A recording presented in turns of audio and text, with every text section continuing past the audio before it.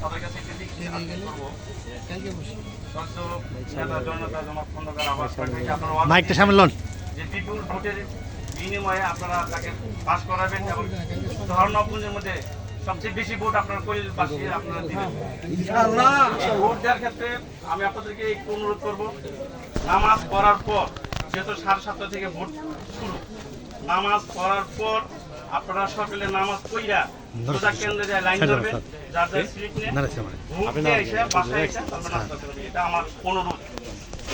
যারা কেন্দ্রে যাবেন, শুধু যারা 40 জন বা 25 জন যে লিস্ট আছে দায়িত্ব পালন করবে তারা না, আপনারা মুরব্বীরা যুবক ভাইরা সবাই সচেতন থাকবেন। ভোট কেন্দ্রে যতক্ষণ পর্যন্ত ভোট চলবে ততক্ষণ পর্যন্ত আপনারা থাকবেন। যে পর্যন্ত লিস্ট অর্থাৎ ঘোষণা যে পর্যন্ত না করবে সরকার পক্ষ থেকে, অর্থাৎ যারা নাকি অফিসার থাকবে সরকারি, যে পর্যন্ত ঘোষণা তারা না দিবে যে এত ভোট আপনারা পেয়েছেন এবং লিপিবদ্ধ যতক্ষণ পর্যন্ত সার্টিফিকেট আপনাদেরকে না দেখাবে ততক্ষণ পর্যন্ত আপনার ভোট কেন্দ্রে থাকবেন এবং পাহারা দিবেন। আর শুধু নেতা কর্মীদের দায়িত্ব না, আপনাদের দায়িত্ব আছে, কারণ আপনারা ধানের শীষকে ভালোবাসেন, ধানের শীষের প্রতীককে ভালোবাসেন। মামাটি মানুষের নেতা, আমাদের শ্রদ্ধেয় নেতা, বরিশাল রাজনীতিবিদ জনাব খন্দকার আবাসকে ভালোবাসেন। সেই প্রেক্ষাপটে যে যেখানে আছে সেই অবস্থান থেকে আমি আমার দায়িত্ব সকলে মিলে যে পালন করি, ইনশাল্লাহ আমরা কামিয়াব হব। শুধু ভোট দিলে হবে না, ভোট কেন্দ্র পাহারা দিতে হবে, সকলে থাকতে হবে। যখন পর্যন্ত রেজাল্ট না দিবে ততক্ষণ পর্যন্ত আপনারা থাকবেন। রেজাল্ট দেওয়ার পর, গণনা হওয়ার পর এবং সার্টিফিকেট অর্থাৎ এত ভোট মুখোমুখি পেয়েছে সেটা নেওয়ার পর তারপরে আপনারা ওখান থেকে বিদায় হবেন। এর আগে কেউ বিদায় হবেন না ভোট কেন্দ্র থেকে ইনশাআল্লাহ। আপনারা জানেন পাক বাহিনী, সেনাবাহিনীরা তারা যেভাবে নির্যাতন অত্যাচার করেছিল, তারা বাংলাদেশ নিয়ে এখনো সেই তদ্রুপ ষড়যন্ত্র চলতেছে। আপনারা অনেক নির্যাতনের শিকার হয়েছিলেন তৎকালীন আমলে, বিশেষ করে পিত্ততলা যারা আছেন তারা জানেন। সেই ঘর বাড়ি পুরাইতে পুরাইতে পুরাইতে পুরাহাটি পর্যন্ত আসলো। আপনারা ওই যে রুদপুরের দৌলতপুরে অনেক পুরাইছে। সেই প্রেক্ষাপটে সেই পাক বাহিনীর দল এখন আমাদের বিরুদ্ধে, দেশের বিরুদ্ধে, রাষ্ট্রের বিরুদ্ধে, আপনাদের বিরুদ্ধে ষড়যন্ত্র চালাইতেছে। এই ভোটের মাধ্যমে আমরা তার জবাব দেওয়ার চেষ্টা করবো ইনশাআল্লাহ। সবাই সকালে ভোট দিতে যাবেন তো? দেখেন সকালবেলা ভোট দিতে যাবেন ইনশাআল্লাহ। সবাই ভালো থাকেন, সুস্থ থাকেন, আমার নেতার জন্য দোয়া করবেন, তার পরিবারের জন্য দোয়া করবেন। আমরা সকলে আপনার জন্য দোয়া করি। আসসালামু আলাইকুম রহমতুল্লাহ ওয়া বারাকাতুহু। প্রিয় নেতা, আপনি জানেন আসলে এই কৈলাল ইউনিয়নের মানুষ আপনাকে প্রাণ ভরে ভালোবাসে।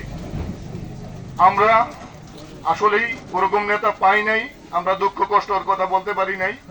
আজকে আপনাকে সামনে পেয়েছেন আমার কৈলাল ইউনিয়নের মানুষ, আপনার কাছে অনেক দুঃখ কষ্টর কথা, বেদনার কথা বলেছেন।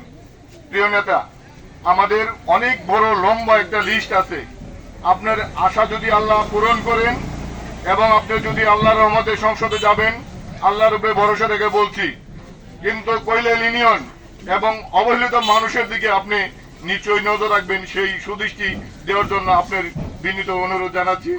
এবং আপনাদের সামনে সেই বক্তব্য নিয়ে আসছেন আমাদের সেই 28 অক্টোবরের সেই মহানায়ক, নবাবগঞ্জের সেই রাখাল রাজা, জনতার এমপি খন্দকার আব্বাস পাক ভাই।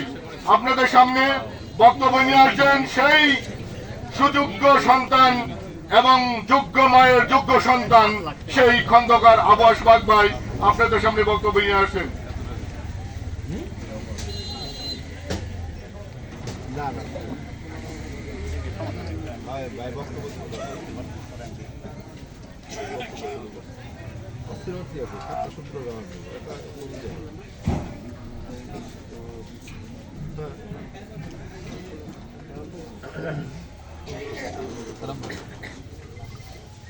বিসমিল্লাহির রহমানির রহিম। আজকের এই ওঠান বৈঠকের সম্মানিত সভাপতি, উপস্থিত মুরব্বীবৃন্দ, বিএনপি অঙ্গ সংগঠনের নেতৃবৃন্দ, উপস্থিত সদস্য মন্ডলী, আসসালামু আলাইকুম ওয়া রাহমাতুল্লাহি ওয়া বারাকাতুহু।